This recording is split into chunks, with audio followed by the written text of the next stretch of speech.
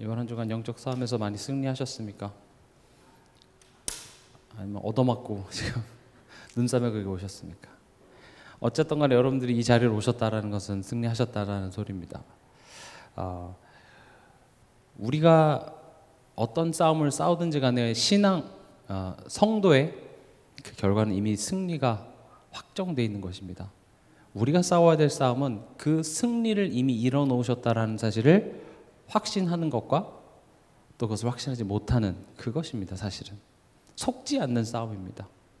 우리가 뭔가 대단한 어떤 싸움을 싸워서 뭔가 업적을 이뤄내는 게 아니라 하나님이 이루신 싸움에 대해서 우리가 확신하는 것, 이게 우리가 싸워야 될 영적 싸움입니다. 흔들리지 말라 이것입니다. 오늘 말씀을 통해서 여러분들 마음속에 한 주간 동안 내가 가지고 있었던 염려, 걱정, 근심 이런 부분이 다 내려놔지고 하나님의 관점으로, 오늘 말씀의 제목도 세상보다 더 크신 창조주 나의 하나님, 뭐가 많이 붙었습니다. 세상보다 더 크십니다. 한 주간을 살다 보면 하나님보다 세상이 더 커 보입니다. 현실이 더 커 보이죠. 돈 문제가 더 커 보이고 여러 가지 상황들이 하나님보다 더 크게 보일 때가 많습니다. 오늘 말씀을 통하여서 세상보다 더 크신 창조주 나의 하나님, 요거 붙잡고 가시면 좋을 것 같습니다. 지금 갈라디아서를 통하여서 계속 바울은 뭐에 대해서 얘기하고 있냐? 율법과 복음에 대해서 계속 이야기를 하고 있습니다. 이 율법과 복음은 율법을 지켜서 구원받냐, 믿음으로 구원받냐, 이제 그런 이야기가 중점적으로 다뤄지지만 사실은 그것보다 되게 깊은 내용들을 많이 포함하고 있습니다. 오늘 바울은요, 비유를 드는데 이 아브라함의 두 아들을 가지고 율법과 복음을 설명합니다. 누가 나오죠? 이스마엘입니다. 이스마엘은 하갈을 통해서 하나님이 분명히 사라를 통하여서 내가 아들 준다고 했는데 믿지 못하고 결국 이 하갈 여종을 통하여서 이제 출산한 게 이스마엘이고요. 그리고 두 번째 아들이 누굽니까? 이삭이죠. 사라를 통하여서.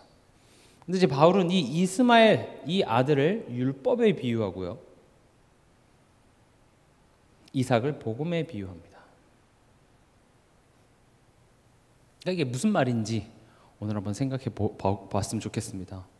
그러니까 율법과 복음, 생각해보면 사실 쉬운 내용입니다. 율법, 복음.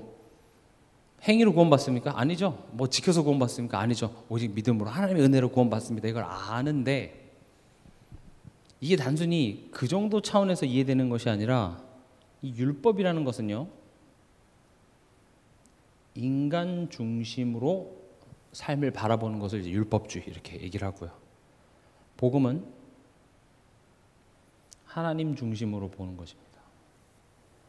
이렇게 본다면 우리가 직접적으로 행위로 구원받습니다라고 이야기하지 않지만 우리는 내 중심으로, 내 수준으로 어떤 인간 중심의 어떤 사고로 돌아가는 경향이 있습니다.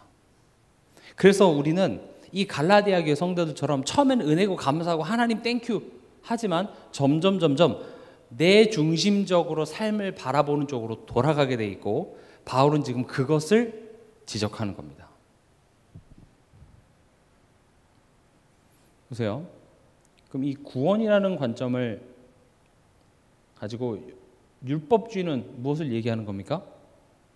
내가 뭘 해서 구원을 받는 거죠. 복음은 뭡니까? 하나님의 은혜를 얘기합니다. 은혜 뭐죠? 내가 어떤 대단한 공로와 업적을 이뤄서 거기에 대한 보상이 아니라 내가 잘한 게 없는데 하나님이 내게 주신 것을 보고 은혜라고 합니다. 은혜로 우리에게 믿음을 주셨다. 이제 이게 복음입니다. 그래서 성경을 보면 우리 인간이 뭔가 노력해서 되는 것이 아니라 하나님께서 찾아오셨다. 이 메시지를 많이 담고 있습니다.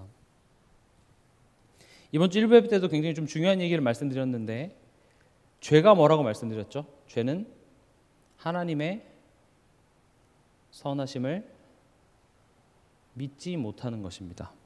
지금 죄에 대해서 되게 다양하게 얘기하고 있습니다. 죄는 하나님과의 관계가 단절된 것, 하나님을 믿지 못하는 것, 하나님 오해하는 것, 관계에 문제가 생긴 겁니다. 그 관계 문제라는 것을 조금 더 구체적으로 얘기하면 하나님의 선하심을 믿지 못하는 것이 죄라고 말씀드렸습니다. 그래서 사단이 처음 아담과 하와에게 와서 선악과를 따먹게 한 것이 아니라 하나님에 대하여서 오해하게 만들었습니다. 하나님의 선하심을 부정했습니다. 하나님이 이것을 먹으면 너희도 하나님처럼 될까 봐 못 먹게 하는 거야.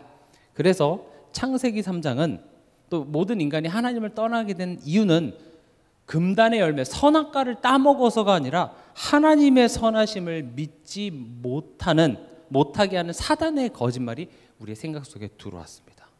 그 결과 몇 초 전까지만 해도 하나님이 먹지 말라 그랬어. 거긴 좋은 이유가 있겠지. 라는 내 생각이 뭘로 바뀌었습니까? 먹음직도 하고 보암직도 하고 지혜롭게 할 만큼 탐스럽기도 한 나무인지라. 하나님의 선하심을 믿지 못하는 것이 내 생각에 들어왔는데 그게 지금 이 현실을 바라보는 나의 관점을 싹 다 바꿔 놓더라는 것입니다. 이번 한 주간 내가 염려하고 걱정하고 원망하고 누굴 미워하는 이런 모든 감정들이 사실은 보이지 않게 내 마음속에 하나님의 선하심을 믿지 못하게 하는 그 생각이 지금 내 마음속에 들어와서 그렇습니다. 결국 그 생각이 생각에서만 끝나는 것이 아니라 무엇으로 이어집니까? 그 선악과를 따먹는 행동으로 이어지고 그 행동이 나에게서 끝나는 게 아니라 남편에게도 주고 같이 나눠 먹었으면 서로 사이좋게 지내야 되는데 나중에는 서로 원망하는 그런 모습이 됐죠. 그래서 구원은요, 죄가 하나님의 선하심을 믿지 못하는 것이라면 구원은 하나님의 선하심을 다시 믿게 되는 거겠죠.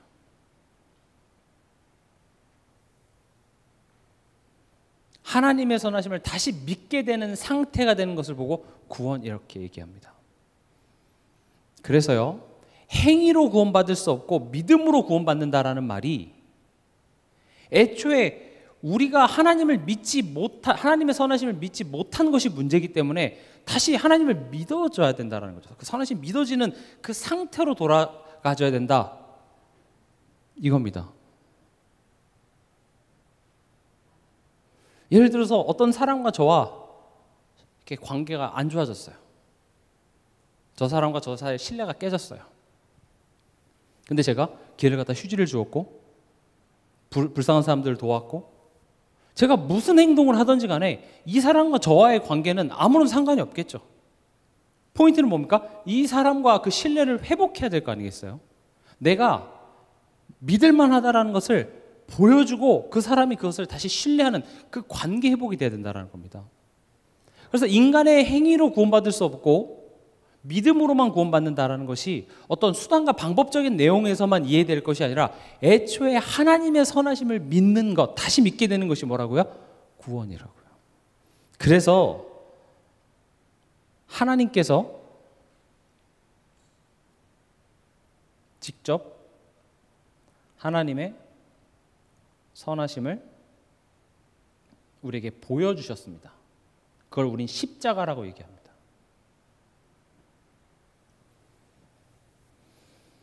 하나님이 말씀하시는 선은요, 우리가 잘해서, 우리가 대단해서, 우리가 인격으로 훌륭해서가 아니라 너희가 아직 죄인 되었을 때, 너희가 아직 연약할 때, 너희가 나와 원수 되었을 때 내가 너를 위하여 죽기로 결정했다. 이게 하나님의 선입니다. 하나님이 우리를 위하여서 자기 아들을 십자가에 못 박는 이 십자가. 그래서 십자가를 통하여서 하나님이 이렇게 선하신 하나님이시구나. 하나님이 나를 사랑하시는구나. 이것을 다시 믿게 됨으로 말미암아 하나님의 선하심을 믿게 되는 것으로 뭐가 되는 거예요? 구원을 받는 것입니다. 되게 중요한 내용입니다. 여러분들 이 부분들을 조금 이해가 잘 안 되시면은 좀 반복해서 생각해 보시기 바랍니다. 그래서 우리는요, 우리의 자랑할 것이 십자가밖에 없습니다.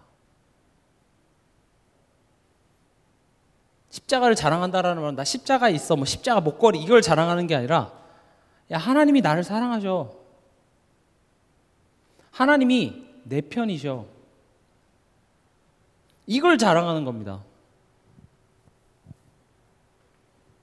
우린 무엇을 자랑합니까? 내 신앙 경력을 자랑합니다. 우린 무엇을 자랑합니까? 내가 이렇게 믿었더니 이런 역사가 일어났고, 내가 이렇게 기도했더니 이런 응답 받았고, 내가 전도를 했더니 몇 명의 어디에서 이런 역사가 일어났고. 사실 뭐 그거 뭐 자랑하면 안 된다 이런 건 아닌데, 우리가 진짜 자랑해야 될 것은 뭐냐? 십자가입니다. 갈라디아서 6장 14절에 바울이 이렇게 얘기합니다. 그러나 내게는 우리 주 예수 그리스도 십자가 외에 결코 자랑할 것이 없으니 그리스도로 말미암아 세상이 나를 대하여 십자가에 못 박히고 내가 또한 세상을 대하여 그러하니라. 바울이 무엇을 자랑합니까? 야, 내가 전도했더니 이런 엄청난 역사가 일어났고, 막 내가 믿었더니 됐고, 붙잡았더니 됐고, 나의 어떤 믿음과 열심과 행위를 자랑한 게 아니라, 야, 나는 복음을 알면 알수록 나는 죄인 중에 괴수고, 내가 예수님 믿는 거 핍박하는 거 앞장섰던 난데, 그런 나를 결박시켜서 나를 붙잡아서 이방인을 위한 사도로 이 복음을 전할 하나님의 대리자로서 나를 사용하신 것, 그걸 자랑하고 있는 것입니다. 여러분 무엇을 자랑하십니까? 그게 큰 자랑거리가 안 되죠. 왜냐, 이게 얼마나 큰 내용인지 몰라서 그렇습니다. 하나님이 나를 먼저 사랑하셨다. 큰 내용입니다. 신앙생활 한 경력이 오래된 분들일수록 저는 이 하나님의 사랑, 굉장히 진부하고 굉장히 뻔한 내용이지만 이게 전부입니다. 사실은 믿음, 소망, 사랑, 그 중에 제일이 사랑입니다. 뻔한 내용인데요, 그 사랑을 알면요, 그 사랑이 최고입니다. 그 사랑이 전부입니다. 예수님도 베드로에게 네가 나를 사랑하느냐, 뭔 놈의 성경은 먹고 살기도 힘들어 죽겠는데 사랑 타령이냐 싶지만요, 이 사랑이 제일 중요합니다. 그 사랑을 알기 위해서는요, 내가 어떤 사람인지를 알아야 돼요. 내가 어떤 인간인지를 알아야 돼요. 예수 그리스도 안에 죄 문제 다 끝났는데 왜 자꾸 죄 얘기하냐? 틀린 겁니다. 우리가 짓는 죄에 대하여서 지옥을 가게 되거나 저주와 재앙이 임하는 자리에서 우리는 옮겨진 것이 맞습니다. 그러나 우리가 기억해야 될 것은, 우리가 구원을 받았지만 항상 하나님께 대하여 죄를 짓고 있다는 사실을 기억하시고, 죄 밖에 짓지 못하는 사실을 기억하세요. 그러나 죄 밖에 짓지 못하는 나에게 대해서 하나님은 어떻게 대하십니까? 죄 없다고 얘기합니다. 의롭다고 얘기합니다. 그리고 더 이상 너는 죄 지을 필요 없는 죄의 종이 되지 말라고 얘기합니다. 그럼 우리 삶 속에서 어떤 자세, 어떤 모양이 나와야 되냐? 아, 내가 또 하나님 믿지 못하고 염려하고 걱정하고 불신앙하는 이런 난해. 그래서 어디 앞에 서야 돼요? 하나님, 나 죽습니다 하고 십자가 앞에 또 서는 거예요. 성경은 그 얘기 반복 아닙니까? 다 끝나서 괜찮아, 어떻게 살아도 괜찮아, 예수만 붙잡으면 돼. 말장난입니다. 예수만 붙잡는다라는 말이 어떤 의미인지 몰라서 그래요. 예수만 붙잡게 되는 것은 어떻게 해야 예수만 붙잡게 됩니까? 내 안에 내가 믿을 만한 것이 아무것도 없다라는 것을 진짜 깨달아 예수만 붙잡게 돼요. 내 안에 그 어떤 의로움도 없구나, 내가 남을 비판할 만한 그런 떳떳하고 괜찮은 구석이 없구나를 알아야 된다니까요. 그냥 말로 예수 그리스도를 자꾸 이야기한다고 해서 그게 그리스도가 아니라 그게 어떤 의미인지를 아는 게 되게 중요합니다. 저는 그것을 풀어서 지금 여러분들한테 자꾸 설명드리려고 하는 것이고요. 나는 무엇을 자랑하는가? 바울은 하나님이 나를 사랑하시는 그 십자가입니다. 나는 하나님에게 대해서 원수같이, 나는 하나님에게 대하여서 본질상 하나님을 진노케 하는 것밖에 하지 못했으나 하나님이 내게 돌아오시는 게 뭡니까? 무조건적인 사랑입니다. 내게 선하심을 베푸십니다. 시편에 보면 하나님의 선하심과 인자하심이 나를 따른다 이렇게 되어 있습니다. 근데 영어 성경이나 원어에 보면요, 영어 성경에 running after 이렇게 표현되어 있습니다. 그 말은 무슨 말인지 아십니까? 나를 쫓아온다는 겁니다. 하나님의 선하심이 여러분들이 하나님을 피해서 저기 가 있잖아요. 쫓아와요. 여러분들을. 쫓아와서 그 선하심을 여러분들을 확 사로잡아서 결국 하나님 좋으신 하나님이다 라고 굴복시키겠다는 겁니다. 28절에 형제들아 너희는 이삭과 같이 약속의 자녀라. 이 말을 조금 더 풀어서 이야기하면 이삭과 같이 하나님의 약속을 따라 태어난 하나님의 자녀다. 좀 강조하고 싶은 부분은 하나님의 약속을 따라 태어나는 겁니다. 내가 태어나서 내가 하나님을 믿게 된 게 아니라 하나님의 약속을 따라 태어난 여러분들입니다. 전 이 부분을 굉장히 강조하고 싶습니다. 여러분들의 인생은 그냥 어쩌다가 살다가 교회 다니고 살다가 뭐 내 아내 따라 내 남편 따라 우리 부모님 따라 교회 가서 교회 가게 된 게 아니라 하나님의 약속을 따라 존재한답니다. 하나님의 약속을 따라 동산교회 오게 된 겁니다. 하나님의 약속, 하나님의 그 기쁘신 뜻이 없었으면 내게 믿음이 있을 수가 없습니다. 그냥 종교 생활을 했겠죠. 지금 이 시간에 이 자리에 와서 말씀을 들을 수 없습니다. 하나님의 약속을 따라 존재한 나입니다. 그게 이삭이 상징하는 바입니다. 우리 성경을 같이 찾아보겠습니다. 에베소서 1장 4절에서 5절.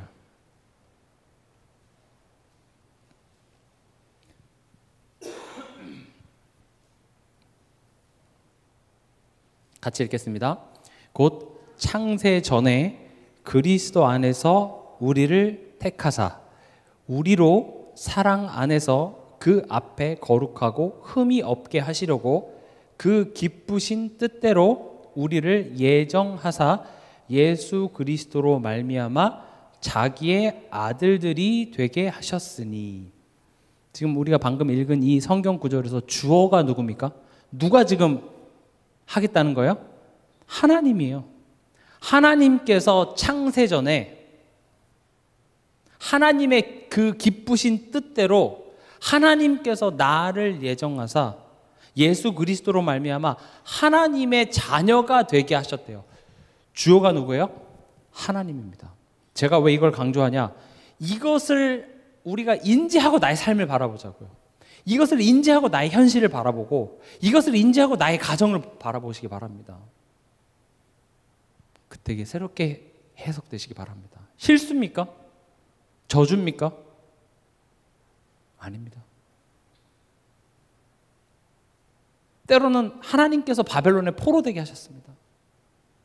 때로는 하나님께서 노예 자리로, 때로는 광야로 하나님께서 이끌어 가시면서 하나님이 뭘 얘기하십니까? 내 기쁘신 뜻대로 내가 너를 택했다고. 모세야, 네가 그냥 우연히 갈대 상자에 해서 뭐 이집트의 왕자가 된 것 같지만 우연이 아니야. 내가 너를 택했어. 그거를 깨닫게 하는 겁니다. 이것을 아는 관점으로 새롭게 내 삶이 해석되는 것을 보고 믿음이 자란다, 믿음이 성장한다 이렇게 얘기합니다.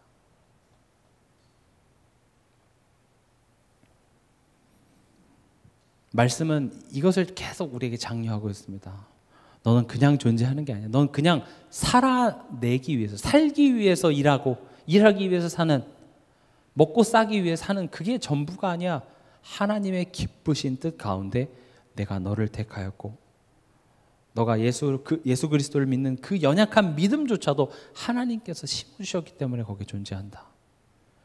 단순히 그걸 유지하고 천국을 하는 것이 아니라 이 땅에 살아가면서 내가 그 믿음을, 내가 심은 그 믿음을 피워내고 열매를 맺게 해서 너를 통하여 천하 만민이 복을 받는 그 자리로 내가 너를 만들어낼 거야. 이게 우리의 존재의 이유입니다. 나무에서 분리된 나뭇가지는 그냥 존재 자체가 소멸입니다. 뭘 해도 거기에 리본을 달고, 우리 크리스마스 되면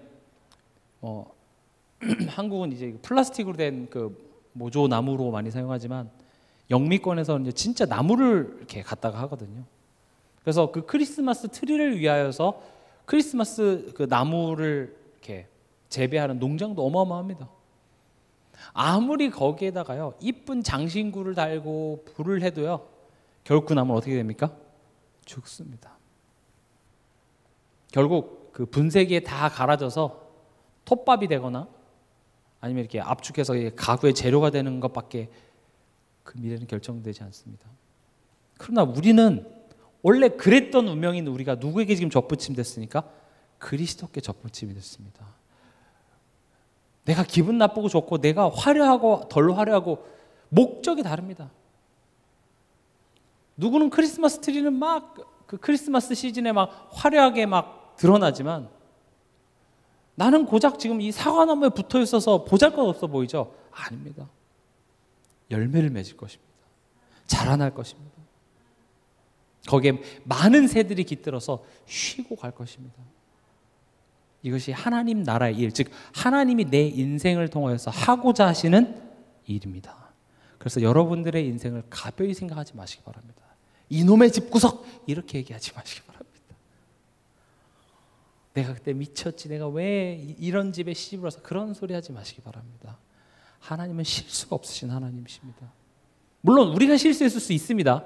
나의 어리석은 선택일 수 있습니다. 그러나 하나님은 그것을 가지고 합력하여 선을 이루실 수 있습니다. 나에게 가장 좋은 것을 만드실 수 있다는 사실을 꼭 기억하시기 바랍니다. 근데 우리는 자꾸 어떻게 됩니까? 다시 또 내 수준으로, 내 경험으로, 내 신념 중심으로 돌아가. 그게 율법주의거든요, 사실은.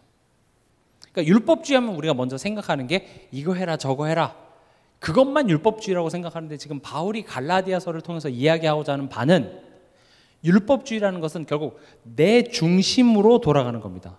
하나님 중심으로, 하나님의 관점으로 세상을 바라보기보다 다시 내 수준으로 돌아가서 나의 노력, 나의 열심, 이런 것들로 내 현실을 바라보는 거죠. 그래서 제가 최근에도 이 부분을 좀 많이 얘기했는데, 함께입니다. 하나님이 나와 함께 하신다. 이 율법적인 관점은 어떻게 보는 겁니까? 말 그대로 나와 함께 하시는 거죠.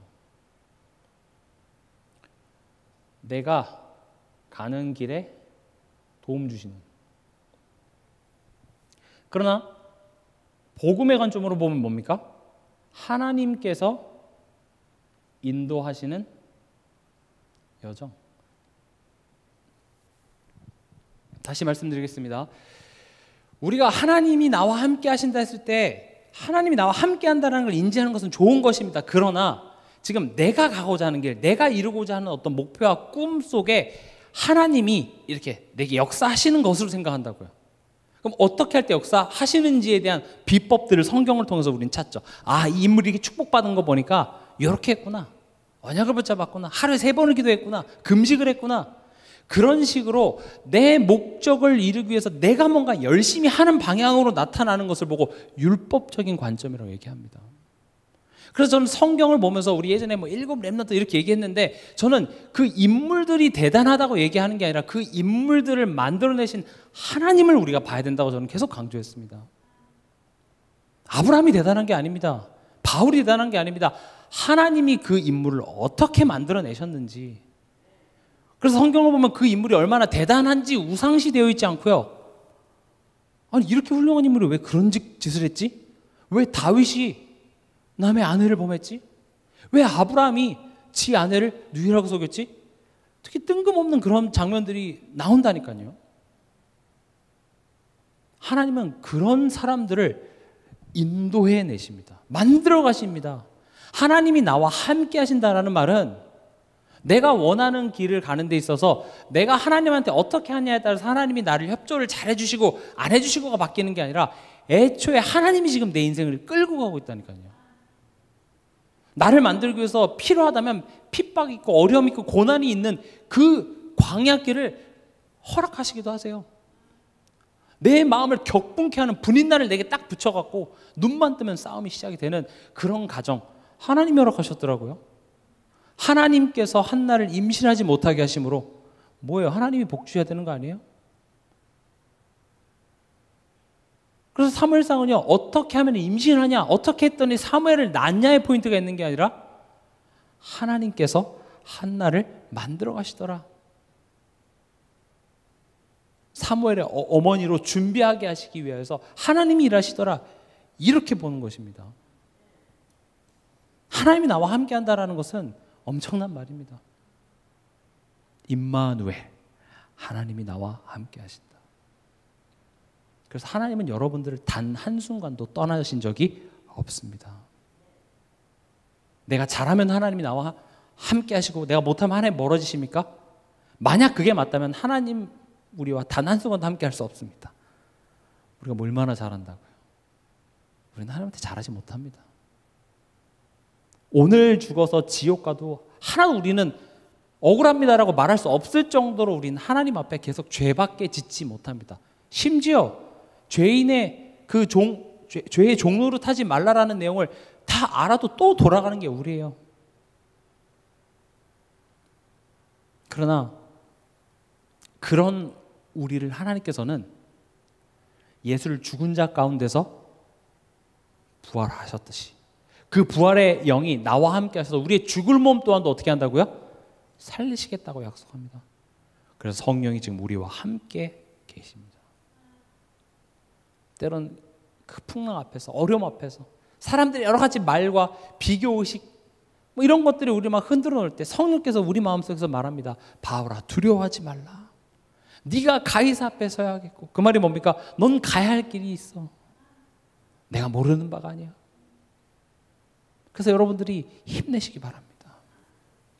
제가 요즘 운동 이렇게 열심히 하고 이렇게 달리기를 좀 많이 합니다. 요즘에 최근에 이제 한 8km까지 달려봤는데, 뛰다 보면은요, 제가 한 8km 달릴 때 한 6km 지날 때가 진짜 힘들더라고요. 6km 탁 넘어가는 순간부터 그만 뛰고 싶어요. 아, 그만할까? 근데 제 마음속으로 너 이 새끼 왜 이거밖에 못 뛰어? 이렇게 하지 않아요. 그럼 진짜 난 그래 이거밖에 안 돼 하고 그냥 택시 타고 갈까? 뭐 이렇게 되죠.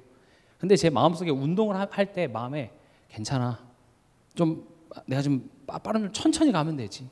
하나만 더 가보자. 2걸음만 더 가보자. 그렇게 나를 다독이면서 하니까 어느덧 8km 뛰었더라고요. 운동 가서 몇 개 해야 된다 하면 와 100개를 어떻게 해. 팔굽혀펴기 100개 어떻게 해. 하나씩 해 나가는 거예요. 그래서 저 스스로 나를 어떻게 지금 다독이면서 이렇게 하질 보니까 다그치는 게 아니라 하나씩 저를 위로해 가면서 가더라고요. 제 스스로가. 그러니까 그걸 끝내더라고요. 성령께서도 마찬가지입니다. 좀 힘드냐? 지금 이 상황이 하나님의 좋은 뜻이 있다는 건 알겠는데 조금 힘들어? 좀 천천히 가볼까?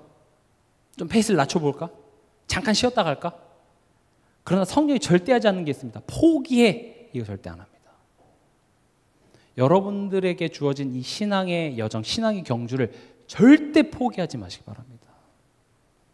주저하는 걸 원하시지 않습니다.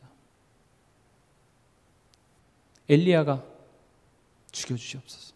로뎀나무 아래서 나 그만할래요. 나 이제 힘들어요. 나 할 만큼 했어요. 갈멜산 전투에서 어마어마한 그런 승리를 거두고 했는데도 안 바뀌잖아요. 안 되잖아요. 하나님 나 죽여주세요.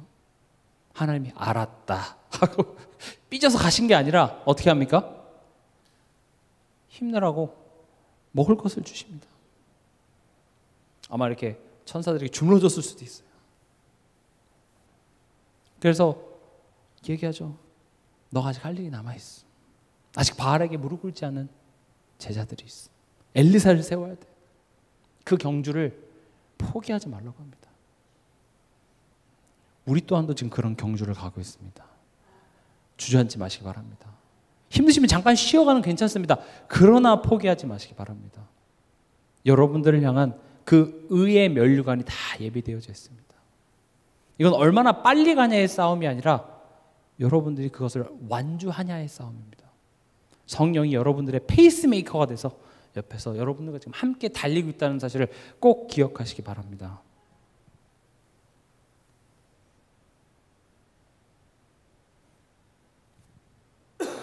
또 이 믿음도 율법의 관점에서 보면 이게 확신이 되죠. 확신이 나쁜 것은 아닙니다. 그러나 자기 확신이 됩니다. 내가 믿었으니까. 내가 정확한 복음을 깨달았으니까가 기준이 되면 그 골치 아파요. 그러니까 반대는 뭡니까? 그럼 내가 못 믿었으니까 내가 벌 받는구나.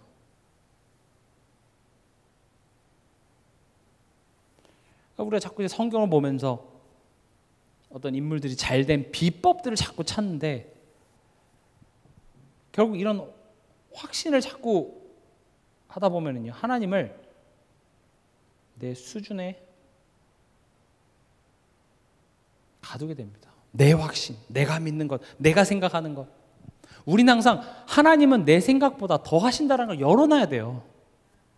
나는 이게 맞다고 생각합니다. 나는 이게 신앙생활 잘하는 거라고 생각하지만 하나님은 그보다 더 크게 일하실 수 있다는 사실을 우리는 열어둬야 됩니다.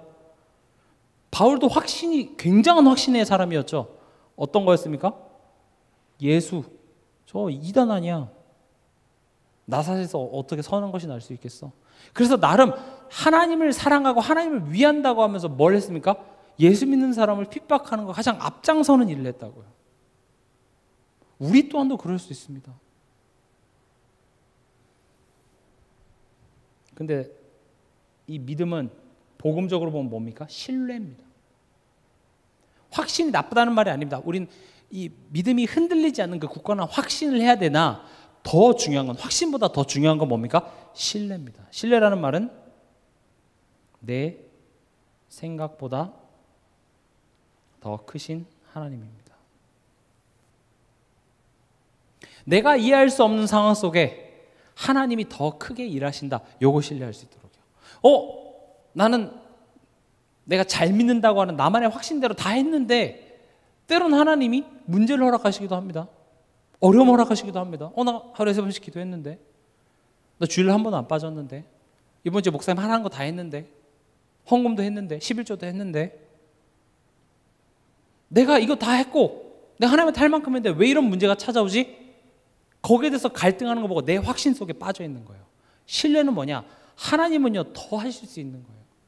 나는 이해할 수 없습니다. 그래, 내가 믿는 거, 내가 붙잡은 거 했는데, 그러나 하나님은 내가 확신하는 것보다, 내가 생각하는 것보다 더 크게 일하실 수 있다. 이걸 기억하는 겁니다.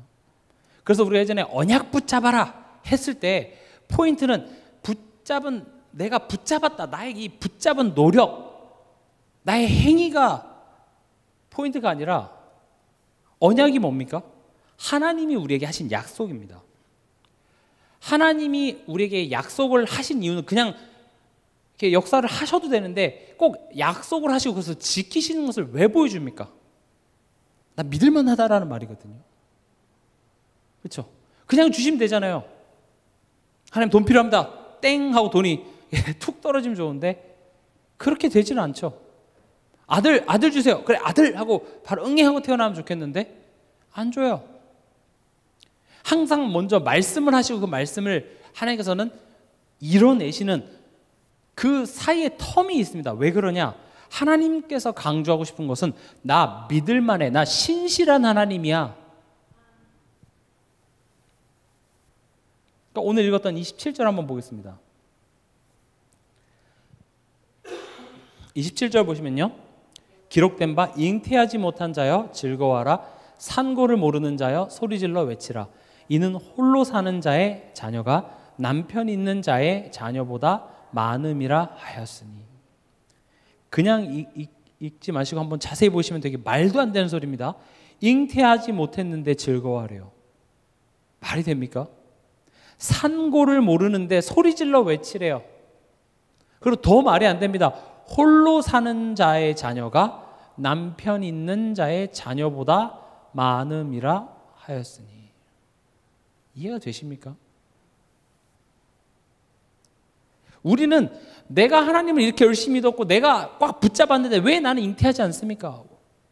왜 나에겐 자녀가 없습니까?에 빠지지만 하나님은 혼자 사는 자의 자녀가 남편 있는 자의 자녀보다 더 많게 할 수 있는 게 나다. 이거를 지금 강조하고 싶은 겁니다. 하나님이 더 크게 일하십니다. 내가 생각하고 내가 경험하고 내가 가지고 있는 그 수준을 갖고 이 현실을 바라보면서 내가 믿고 있는다는 그 확신 가지고 이걸 해석하려니까 안 되는 거예요. 내 수준으로 하나님을 재단해서 하나님이 이렇게 역사하셔야만 해. 근데 역사하지 않으니까 내가 하나님한테 실망하고, 이게 신앙생활의 반복이거든요. 근데 하나님은 얘기하십니다. 난 네가 생각하는 것보다 더 크게 일하고 있어. 요셉이 노예로 팔려가면서 감옥에 있으면서 몇 번 기도했겠습니까? 가끔씩 그런 사역자들이 예전에 있었습니다. 요셉은 절대 안 흔들렸을 거예요. 왜냐? 어렸을 때 그 꿈, 언약 붙잡았기 때문에. 성경은 그런 요셉이 얼마나 훌륭했냐 이걸 얘기하지 않습니다. 첫째 아들 이름은 뭐라고 했습니까? 지난 나의 고통을 잊게 하셨다. 얼마나 힘들었으면 감옥에서 나를 기억해달라고 얘기했습니다. 요셉도 사람입니다. 왜 안 힘들었겠습니까? 언약 붙잡으면 하나도 안 힘듭니까? 힘듭니다. 힘들었겠죠. 근데 결국 하나님이 뭘 만들어내십니까? 하나님께서 생명을 구원하시려고 나를 앞서 보내셨고 나를 만들어내시더라는 것입니다. 성경은 그런 인물들의 삶을 우리에게 자꾸 보여주시면서 낙심하지 마. 어줍자는 너의 생각으로 미래를 어설프게 예측해서 힘들 걸 미리 갖고 와서 힘들어하지 말고 내가 너의 미래를 붙잡고 있어. 나를 신뢰해. 내가 너를 구원한 게 말도 안 되는 일인 것처럼 너의 미래 또한도 내가 사막 한가운데 강을 내는 것처럼 내가 큰일을 한다니까.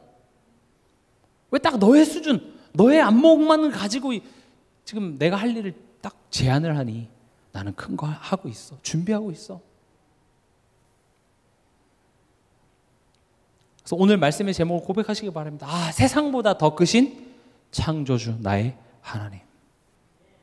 지금 여러분들의 현실보다 하나님은 더 크시다는 사실을 꼭 기억하시기 바랍니다. 근데요, 이제 이런 이야기들 하면 듣기는 좋습니다만은 듣고 가만히 생각해 보면 그래 뭐 하나님이 다 하시면 내가 할 게 없네 이렇게 됩니다. 이제 이 부분이 제일 성도들이 빠지기 쉬운 오류입니다. 왜냐? 제가 하나님의 주권, 하나님의 능력, 하나님이 하신다, 하나님이 다 통치하신다를 이야기를 하면 우리는 그래 하나님의 그 통치 어떤 목적을 갖고 계시는지를 알려고 하기보다는 그럼 내가 그냥 아무것도 안 해도 되겠네, 가만히 있으면 되겠네, 인간의 책임을 약화시키는 쪽으로 자꾸 가게 되는 것이죠. 그래서 우리는 뭘 알아야 되냐? 하나님의 핵심 목표. 하나님이 다 하시는 거 맞습니다. 하나님이 통치하시고 하나님 다 하시는데 그럼 하나님 뭘 하시냐라는 거죠. 그러니까 우리가 생각했을 때 하나님이 다 하신다 했을 때 거기에 뭘 생각하냐? 하나님이 결국 나 잘 살게 해주겠지, 하나님이 이 힘든 거 다 없애주겠지, 이렇게 내가 좋아하는 쪽으로 하나님이 뭔가 해줄 거라고 생각하는데 하나님의 목표는 내게 유익한 것을 주려고 해요. 제가 이번 주 중고등부 예배 때도 내가 좋은 것과 내게 좋은 것이 무슨 차이야? 이 질문을 했었거든요. 뭡니까? 내가 좋은 것, 내게 좋은 것 무슨 차이죠? 내게 좋은 것은 내게 유익한 겁니다. 근데 내가 좋은 것은 항상 유익하지는 않습니다.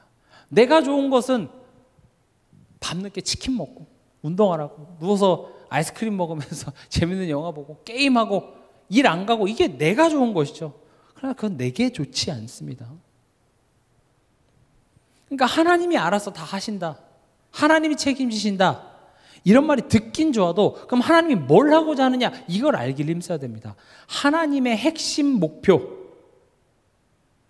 내가 변화하는 겁니다.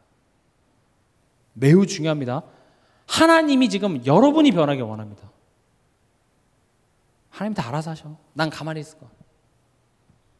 여기서 하나님 다 알아서 하셔라는 말에 뭐가 있습니까? 나는 가만히 있을 거고 하나님 날 힘들게 하는 내 남편 바꿔줄 거고 내 아내 바꿔줄 거고 이 문제 해결해 줄 거고, 이렇게 얘기하면 여러분 공감이 안 되시겠지만 제가 예를 듣는 순간 여러분들 확 이해하실 거예요. 하나님 다 알아서 하신대. 여러분들의 자녀가 내일 시험인데 걱정하지 마 엄마, 왜 불신앙해? 공부 안 해도 하나님 다 답을 떠오르게 하실 거야. 여러분 어떻게 뭐라고 말씀하시겠습니까? 아멘 이렇게 얘기하시겠습니까? 뒤통수를 그냥 쓸데없는 사람을 공부해 이렇게 되겠죠. 뭘 모르는 겁니까? 지금 이 아이는 하나님이 내가 좋아하는 것을 준다고 생각해요. 그러나 하나님은 내게 좋은 것을 주고자 합니다. 물론 하나님 하실 수 있죠. 내가 공부 하나도 안 해도 지금 다 맞게 하실 수 있습니다만은 하나님이 나를 잘 알잖아요. 그렇게 찍어서 다 맞게 하면 참도 네 다음에 공부하겠다. 다음번에 더 열심히 신나게 놀면서 하나님께 완전 맡기겠죠. 그건 내게 유익한 것이 아닙니다. 그리고 다시 우리의 삶을 돌아와 보자고요. 앞에 이야기한 이야기는 좋은 이야기입니다. 힘이 납니다. 그래, 이게 내 열심, 뭐 내가 꽉 붙잡고 못 붙잡고 상관없이 하나님이 하시는구나, 힘이 납니다. 그러나 진짜 하나님이 뭘 하시냐? 여러분들이 받기를 원합니다. 내가 받기를 원합니다. 오늘 읽었던 본문 4장 30절에서 31절 뭐라고 되어 있습니까? 여종과 그 아들을 내쫓으라. 31절에 우리는 여종의 자녀가 아니다. 다시 말하면 종되었던 것 내쫓으라는 겁니다. 이해되십니까? 그래서 힘만 얻고 가는 게 아니라 실제적으로 하나님이 지금 나를 만들려고 하시는구나, 이걸 깨달으라는 겁니다. 문제 있습니까? 어려움이 있습니까? 하나님의 주권 속에 있습니다. 근데 그 하나님의 주권이 누구를 향해 있습니까? 나의 변화입니다. 내가 복음화되는 겁니다. 내가 자라나는 겁니다. 내가 다시 십자가 앞으로 서고, 내가 다시 믿음 앞에 서고, 내가 주저앉아 있다가 다시 훌훌 떨고 일어나서 다시 그 믿음의 여정을 달려가는 것에 하나님의 모든 핵심 목표가 있기 때문에 그냥 가만히 앉아서 그래 나 하나님 자니까 하나님 다 알아서 잘해 주실 거야, 아무 일도 안 일어납니다. 내가 바뀌어야 됩니다. 이 말은 내 잘못이라는 게 아닙니다. 이건 자잘못의 얘기가 아닙니다. 때론 여러분들이 잘못하지 않을 수도 있어요. 성경을 보면 그런 억울한 상황을 가지고 하나님께서는 만들어 가시기도 하셨어요. 그래서 그래 다 제 잘못인가 보죠. 뭐 아닙니다. 자잘못이 아니라 뭐라고 되어 있습니까? 30절에 여종과 그 아들을 내쫓으라. 지금 하갈과 이스마엘을 내쫓으라는 것은 단순히 그 사람을 내쫓으라는 것이 아니라 예전에 나 중심적으로 생각했던 것, 하나님 믿지 못해서 내 방법, 내 계획대로 했던 그것들을 버리라는 겁니다. 왜냐? 너는 더 이상 종이 아니야. 뭐라고 얘기합니까? 자유 있는 여자의 자녀니라. 무엇을 의미합니까? 하나님의 자녀다, 이렇게 얘기하는 겁니다.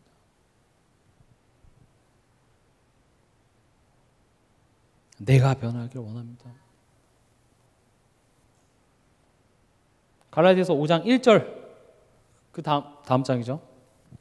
그럼 그리스도께서 우리를 자유롭게 하려고 자유를 주셨으니 그러므로 굳건하게 서서 다시는 종의 멍에를 매지 말라.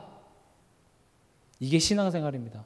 신앙생활은 내가 누군 줄 알고 나다워지는 겁니다. 여기서 나라는 것은 하나님 자녀다워지는 겁니다. 그게 얼마나 축복이고 얼마나 큰 것인지를 아는 자답게 선택하고 말하고 행동하고. 이런 얘기를 하면 행위로 구원받는 거 아닙니다. 이런 이야기 좀 하지 마세요. 이건 국어 문제입니다, 진짜. 지금 이거 구원받냐 못 받냐 문제를 얘기하는 게 아닙니다. 왜 자꾸 행위를 얘기하십니까? 그 이야기가 아니라 너가 정말 구원받은 자고 구원의 가치를 안다면 너가 어떻게 자꾸 죄에 거하겠느냐, 이 말입니다. 물론 완벽해질 수는 없습니다. 그러나 왜 우리가 자꾸 하나님을 대신해서 다른 것을 우상숭배합니까? 다른 것을 의지합니까? 다른 것으로 하나님을 대신하려고 하는, 그거 하지 말라고 하는 겁니다. 그리고 하나님도 아십니다. 우리가 완벽하게 하지 못한다는 것을. 그래서 예수님이 십자가에서 앞으로 우리의 그런 어리석음이 지을 죄까지 다 해결하셨기 때문에 지어도 좋다가 아니라 이제 너는 법으로 묶인 게 아니라 사랑으로 묶였다는 겁니다. 마치 자녀가 잘못하면 그 자녀를 감옥에 넣거나 고발하지 않죠. 그런 사랑의 맴매가 기다리고 있죠. 못해도 1000번이고 10,000번이고 용서해 주지만 포기하지 않고 자꾸 앞으로 가라고 하는, 우린 그 하나님의 사랑에 코가 껴있다는 사실을 기억하시기 바랍니다. 하나님의 사랑, 하나님의 그 선하심이 우리의 삶을 쫓아온다고 하니까 청년 대청 예배 때 큰일 났네요. 이럴 줄 몰랐는데, 그래 큰일 났어 너네. 하나님한테 코가 꼈단다. 하나님은 졸지도 주무시지도 않으시고 계속 옆에서 너를 불꽃 같은 눈동자로 잔소리를 하실 거야. 너가 잘못된 선택을 하면 잘못됐다라는 것을 깨달을 때까지 너의 양심을 통하여서, 말씀을 통하여, 환경 문제를 통하여서 계속 너를 깨닫게 하실 거야. 부모가 없는 자녀가 그것을 볼 때는 부럽습니다. 그렇죠? 부모가 있는 자녀들은 부모 없는 자녀들이 자기 마음대로 이렇게 밤늦게까지 노는 게 부럽습니다. 쟤는 학교도 안 가도 되고, 쟤는 이빨도 안 닦아도 되고. 그런데 반대로 부모 없는 고아들은요, 빨리 집에 들어와! 라고 말해주는 엄마가 있는 게 부러운 거예요. 그렇죠? 누군가 잔소리를 해주고 날 혼내줄 그 엄마가 있는 게 부럽다니까요. 고아처럼 행동하지 말라 이겁니다. 우리는 하나님의 자녀이기 때문에 그렇습니다.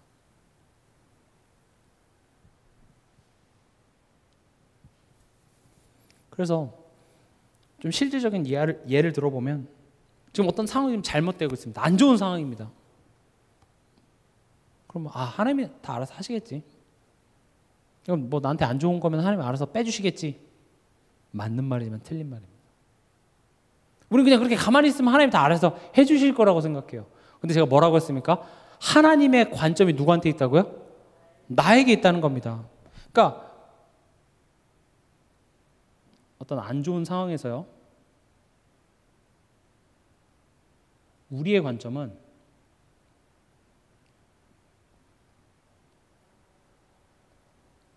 이 상황 좋아지길. 그러나 하나님의 관점은요, 내 영적 상태가 좋아지길.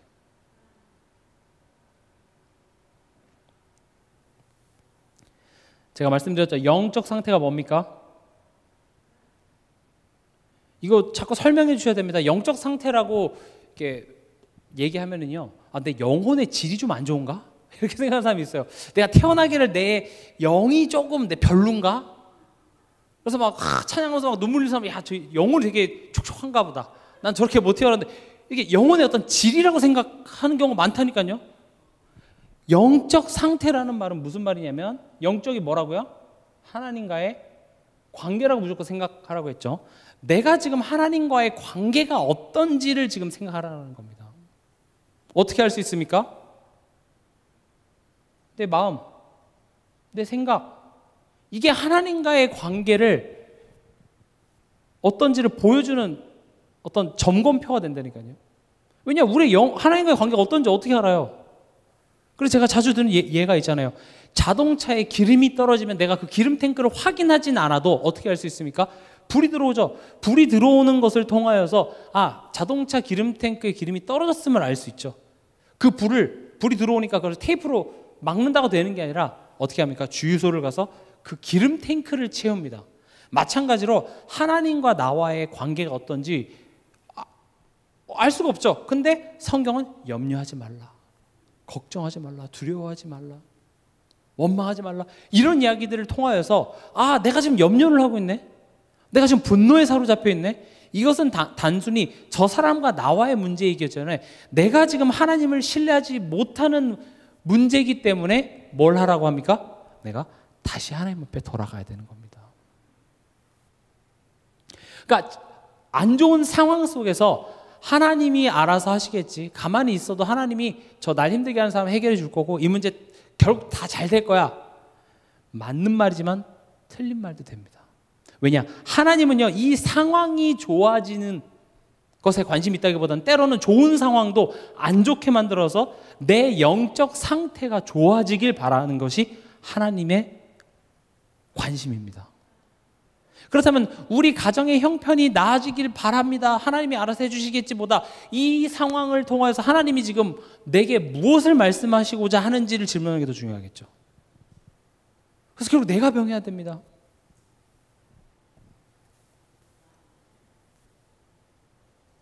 점검하시기 바랍니다.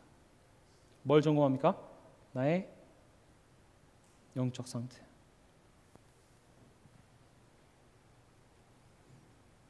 그리고 다시 십자가 앞에 서는 것을 보고 우리는 회개 이렇게 얘기합니다. 여기서 말하는 회개는 회개해야 구원받는다. 천주교에서 말하는 이거 잘못했습니다, 저거 잘못했습니다, 그 하나씩 얘기해서 하는 회개가 아니라 내가 하나님을 믿지 못하고 있군요. 내가 하나님을 신뢰하고 있지 못하군요. 그래서 나는 하나님 앞에 섭니다. 그래서 예수 그리스도께서 내가 곧 길이요 진리요 생명이니 나로 말미암지 않고는 아버지께로 올 자가 없느니라. 내가 하나님 바라봐야지 해서 되는 게 아니라 예수를 바라봐야 됩니다. 예수를 바라봐야 된다는 건 무슨 말이죠? 제가 앞에 설명드렸던 것처럼 하나님께서 내게 보여주신 무조건적인 사랑, 그 사랑을 바라보라는 겁니다. 아, 그래, 내가 그냥 존재하는 게 아니라 지금까지 살아온 것이 내 능력과 내 노력이 아니라 하나님이 창세전에 그 기쁘신 뜻대로 나를 구원하시기로 작정하시고 2000년 전에 예수를 보내사 나를 위해서 십자가에 죽으시고 그것을 믿는 믿음을 내게 허락하셨음을 다시 기억하면서 나는 그런 사람이구나, 이걸 보고 십자가 앞에 선다 이렇게 얘기합니다. 이게 회개입니다. 다시 십자가 앞에 서서 하나님 앞에 내가 나아가는 것이죠. 그리고 무엇을 믿는 겁니까? 하나님의 사랑과 통치입니다. 그리고 머리로만, 마음으로만 하는 것이 아니라 실제적으로 작은 믿음의 도전, 갱신하는 겁니다. 행동이 나와야 됩니다. 실천이 나와야 됩니다. 행위가 없는 믿음은 죽은 믿음이라. 왜냐? 믿음은 머리로만 하는 것이 아니라 순종에 따라가는 것이 온전한 믿음이기 때문에 그렇습니다. 또 이거 구원 갖고 얘기하지 마시기 바랍니다. 행위로 구원받는 거 아닙니다. 그런 말 좀 하지 마세요. 애초에 믿음은 하나님의 100%의 은혜입니다. 구원받은 자에게, 하나님 자녀에게 얘기합니다. 너가 정말 구원받았다는 사실을 알면 부모 있는 자같이 너가 그것을 누리길 바란다. 이걸 성경이 우리에게 얘기를 하고 있는 것입니다. 그래서 결론으로요, 여러분들이 삶 속에서 예배 드리시기 바랍니다. 말씀 앞에 내 생각을 점검하는 시간을 꼭 갖기 바랍니다. 아침에 일어나서 여러분 딱 5분이에요. 일어나서 핸드폰부터 이렇게 핸드폰 어디 있지 하고 핸드폰부터 이렇게 하지 마시고 5분입니다. 5분. 뭐 말씀 이런 것도 안 되면요, 딱 침대에서 일어나면서 감사합니다. 요거 하나만도 충분합니다. 하나님 감사합니다. 오늘도 감사합니다. 되게 작잖아요. 그 작은 하나님에 대한 고백이 그 하루를 바꿔놓습니다. 꼭 해보시기 바랍니다. 제가 이런 실천 사항을 원래는 그 1회비 때 드리려고 하는데 오늘 지금 이게 그냥 나와버렸는데 제가 해본 겁니다. 제가 한 걸 지금 여러분들한테 실천해 보시라고 얘기하는 겁니다. 아침에 일어나서 핸드폰부터 하지 마시고 5분입니다. 5분 하라 그랬으니까 5분을 재야 되니까 핸드폰 찾아서 5분 재고 그렇게 하지 마시고요. 느낌적으로 5분 아시잖아요. 일어나서 창문을 여신다든지 하시고 다른 거 하기 전에 그냥 이번 주 강단 말씀도 생각 만약에 못 난다 하면 하나님 감사합니다로부터 시작하세요. 하나님 감사합니다. 오늘 말씀의 제목, 세상보다 더 크신 창조주 나의 하나님입니다. 여러분들의 삶이 새로운 관점으로 재해석되시기 바랍니다. 그게 재해석되는 만큼 염려, 근심 사라지고 하나님이 주시는 참된 평안과 기쁨이 우리 삶에 충만할 줄 믿습니다.